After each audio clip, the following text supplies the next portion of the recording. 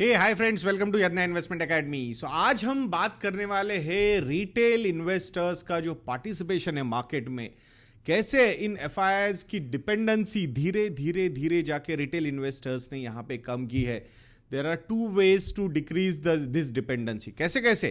पहला वे है कि डायरेक्टली स्टॉक्स में जाके retail investors are investing, and the other option is mutual funds में जो रिटेल इन्वेस्टर्स पैसा डाल रहे हैं। जो एसआईपीज के नंबर्स हम देख रहे हैं ना, monthly more than 11,000 crore rupees की म्यूचुअल फंड की इक्विटी एसआईपी आ रही है। So I think this is a big big big number कि जो मार्केट को यहां पे सपोर्ट कर रहा है। Last month, that is January 2022, the total outflows from FII investments from India were $5 billion. 2020 में मार्च में इससे कम आउटफ्लोज हुए थे और फिर भी मार्केट बहुत ज्यादा गिरा था।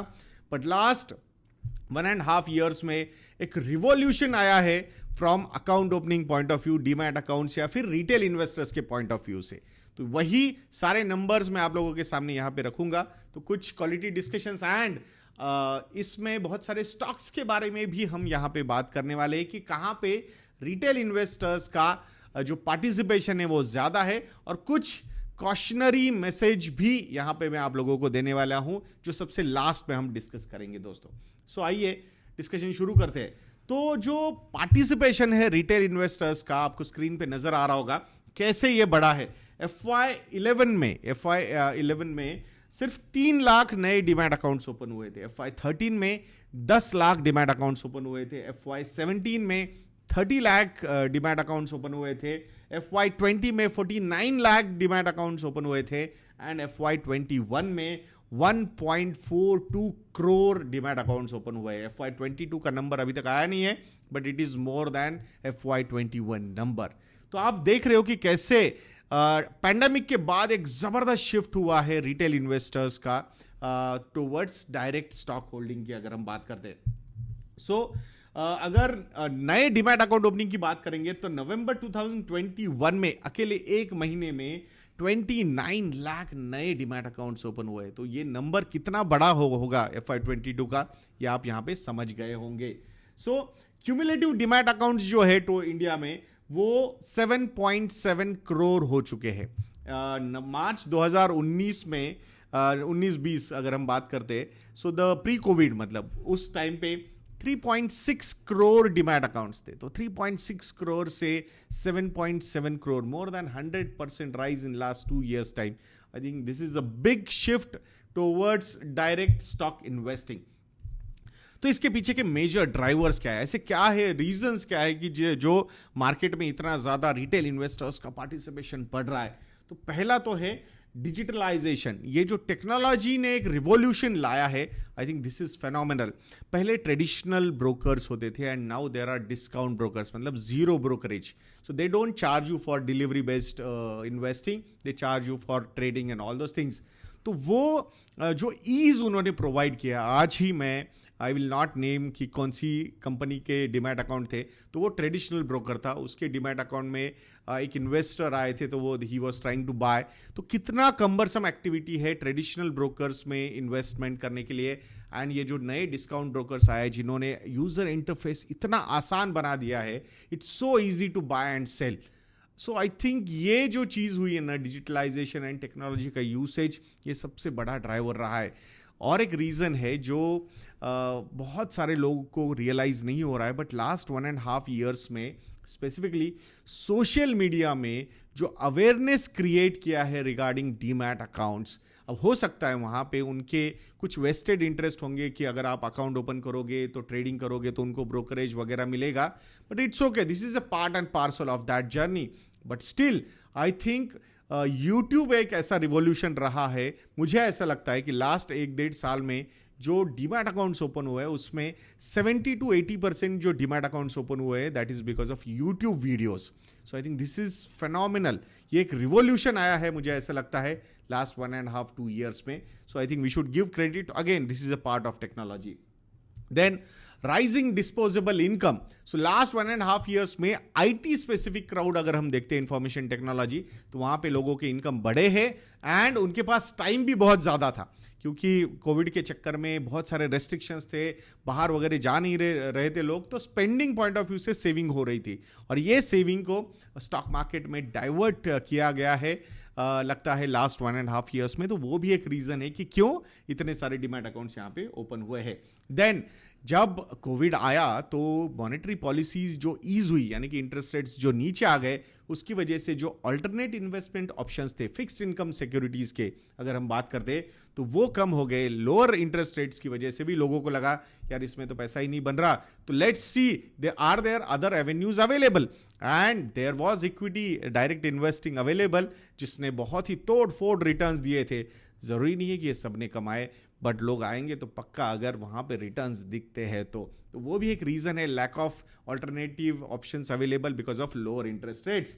देन इक्विटीज के रिलेटेड जो अवेयरनेस क्रिएट हो रहा है, मुझे लगता है वो भी एक रीजन है। जैसे कि मैंने यूट्यूब वगैरह की बातें की आपसे, तो लोगों के पास टाइम था, they wanted to learn something, तो वहाँ पे अवेयरनेस भी बहुत बढ़िया तरीके से क्रिएट हुआ। उसके कुछ साइड इफेक्ट्स भी है निगेटिव, वो हम लास्ट स्लाइड में जब बात करेंगे तो वहाँ पे मैं आपको समझाऊंगा।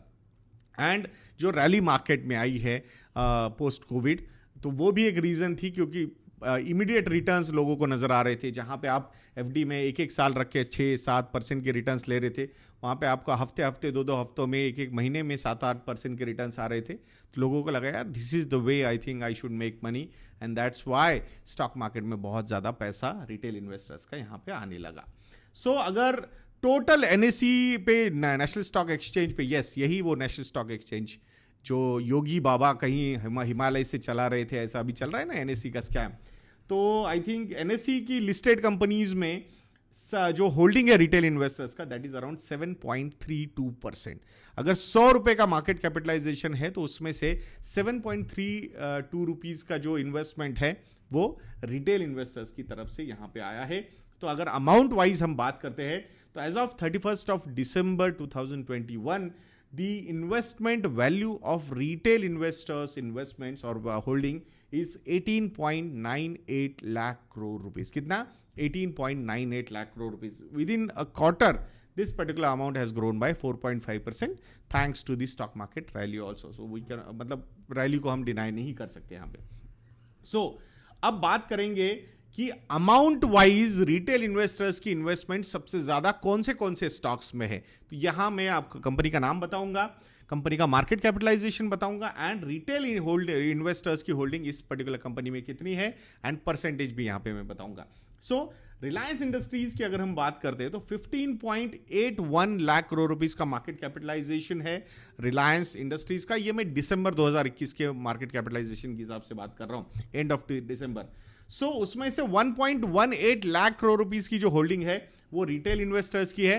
तो रिलायंस में 7.52% की होल्डिंग रिटेल इन्वेस्टर्स रखते हैं। देन सेकंड नंबर पे है एचडीएफसी बैंक, जिसका मार्केट कैपिटलाइजेशन है वो 8.17 लाख करोड़ रुपीस का। इसमें 65,000 करोड़ रुपीस की इन्वेस्टमेंट रिटेल इन्वेस्टर्स की है। तो परसेंटेज टर्म्स में अगर हम बात करेंगे तो 7.99% होल्डिंग जो है एचडीएफसी बैंक में वो रिटेल इन्वेस्टर्स की है। देन है Hindustan Unilever with 5.39 lakh crore rupees of market capitalisation. इसमें 62,000 करोड़ रुपीस रिटेल इन्वेस्टर्स ने इन्वेस्ट किए हुए या होल्ड कर रहे, और होल्डिंग है 11.51% की। Larsen and Toubro 19.15% retail investors की होल्डिंग है इस कंपनी में, 51,000 करोड़ रुपीस की होल्डिंग है। इन्फोसिस 6.96% की होल्डिंग है एंड अमाउंट इज 49,000। टीसीएस 3.69% की होल्डिंग है, 49,000 रुपीज करोड़ की इन्वेस्टमेंट है। एशियन पेंट्स 12.84% की होल्डिंग रिटेल इन्वेस्टर्स के पास है, 38,000 करोड़ रुपीस। आईटीसी 13.04% की रिटेल इन्वेस्टर्स की होल्डिंग है, इसमें 34,000 crore rupees. HDFC limited 7.23%, Bajaj finance 7.5%। तो ये टॉप 10 होल्डिंग्स है according to the value. Amount wise अगर हम बात करेंगे तो हाईएस्ट टू लोएस्ट ये टॉप 10 कंपनीज है। अगर यहां पे नंबर ऑफ रिटेल इन्वेस्टर्स की बात करेंगे, नंबर, मतलब एक भी स्टॉक अब अगर आप होल्ड कर रहे हो तो वो आपको एक इन्वेस्टर कंसिडर किया जाएगा। भले आप 100 स्टॉक्स होल्ड कर रहे हो तो भी एक ही इन्वेस्टर आपको कंसिडर किया जाएगा होल्डिंग पॉइंट ऑफ व्यू से। तो सबसे ज्यादा रिटेल इन्वेस्टर्स जो है वो कौन सी कंपनी में होंगे नंबर के पॉइंट ऑफ व्यू से? तो यस बैंक में। यस बैंक में 41 लाख रिटेल इन्वेस्टर्स ने इन्वेस्टमेंट किए हुए हैं। अब नाम देखिए, आई थिंक जो गलतियां होती है वो यहीं से समझ में आएगी। देन रिलायंस पावर में 34 लाख जो इन्वेस्टर्स है वो रिटेल इन्वेस्टर्स है। रिलायंस इंडस्ट्रीज में there are good names also. Reliance Industries में 32 लाख है, size is big. Tata Motors, Tata Power 31 lakh almost. तो ये भी मतलब बिलोंग्स टू टाटा ग्रुप। तो ट्रस्ट रिटेल इन्वेस्टर का हमें समझ में आता है। आईटीसी 29.51 लाख रिटेल इन्वेस्टर्स है यहाँ पे। State bank of India 28.59 lakh, Vodafone idea 20.91 lakh, IRCTC 20.35 lakh and HDFC bank 18.64 lakh. इतने रिटेल इन्वेस्टर्स यहाँ पे। तो यहाँ पे कुछ गलत नाम भी अवेलेबल है इस लिस्ट में, तो आप समझ गए होंगे वो नाम कौन से। और समझ गए हो तो कमेंट सेक्शन में लिखना मत भूलिएगा वो नाम कौन से। लास्ट स्लाइड जो है ये थोड़ा सा आपने ध्यान रखना चाहिए, ये बहुत ही रिस्की स्लाइड है मुझे लगता है। Top 10 stocks with highest retail holding percentage terms में नंबर 1 पे है उजास एनर्जी। 131 करोड़ का मार्केट कैपिटलाइजेशन है कंपनी का। इसमें 79.64% रिटेल इन्वेस्टर्स है। अब ये फंसे हुए ही ऐसा ही बोलेंगे हम। सिंटेक्स इंडस्ट्री 74.60% का ये रिटेल होल्डिंग है। मार्केट कैपिटलाइजेशन कितना है? 593 करोड़ रुपीस।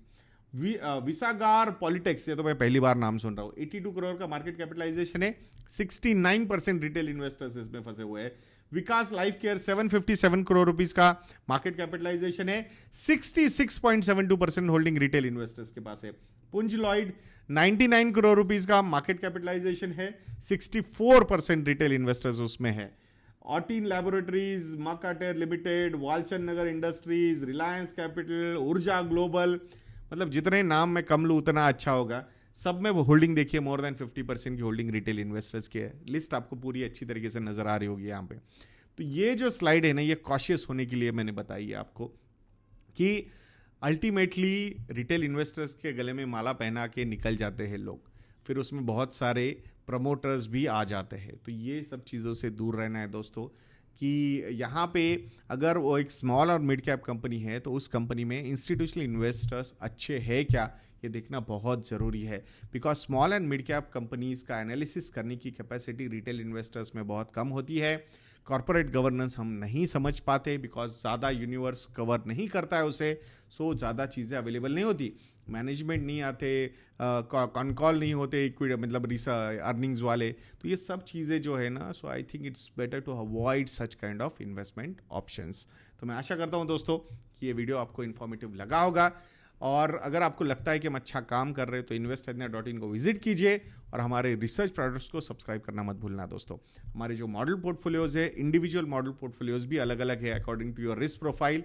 10 मॉडल पोर्टफोलियोज का सब्सक्रिप्शन अगर आपको लेना है तो वो आपको 10,000 रुपये का पड़ता है। बट यज्ञा YADNYA ये प्रोमो कोड अगर आप यूज़ करोगे तो सिर्फ 7,000 रुपीज़ में आप 10 मॉडल पोर्टफोलियोज को सब्सक्राइब कर सकते हो। एंड इन मॉडल पोर्टफोलियोज को एग्जीक्यूट करने की फैसिलिटी भी हमारी वेबसाइट investindia.in पे अवेलेबल है, तो ज़रूर उसका लाभ उठाइएगा दोस्तों। सो नेक्स्ट वीडियो में मिलते हैं। जय हिंद।